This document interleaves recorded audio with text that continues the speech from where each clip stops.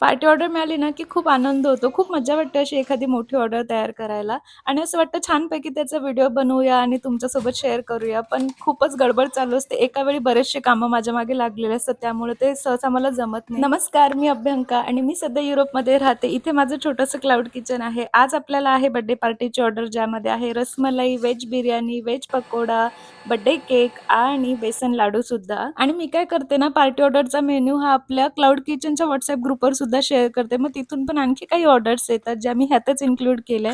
आणि बापरे! आज व्हेज बिर्याणीच्या वासावरूनच कळालंय की आजची व्हेज बिर्याणी एकदम झक्कास झाली आहे.